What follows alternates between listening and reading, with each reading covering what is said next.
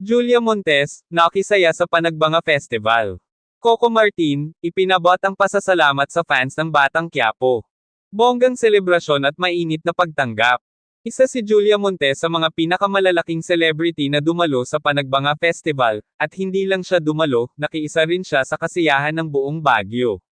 Samantala, si Coco Martin, kahit hindi nakapunta sa event, ay nagpaabot ng taos-pusong pasasalamat sa lahat ng supporters ng Batang Quiapo.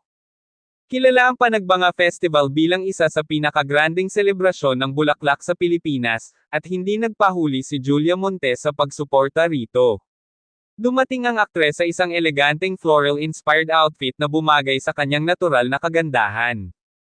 Habang nakasakay sa isang colorful float, walang tigil ang sigawan at hiyawan ng mga fans nang makita siya. "Julia, ang ganda mo!" At, "We love you, Julia." Ang maririnig mula sa napakaraming tao. Bagamat hindi personal na nakadalo si Coco Martin sa festival, hindi niya pinalampas ang pagkakataon na pasalamatan ang lahat ng sumusuporta sa Batang Quiapo. Sa isang recorded video message, sinabi niya, "Maraming salamat po sa walang sawang pagmamahal at suporta sa Batang Quiapo. Nakakataba ng puso na kahit saan kami mapunta, ramdam namin ang init ng inyong suporta.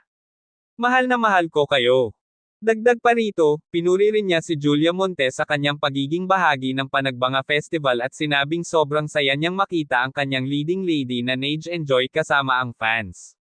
Dahil dito, muling yumangay ang pangalan nina Julia at Coco sa social media, lalo na sa mga fans na matagal nang umaasa sa isang real-life love story sa pagitan nilang dalawa.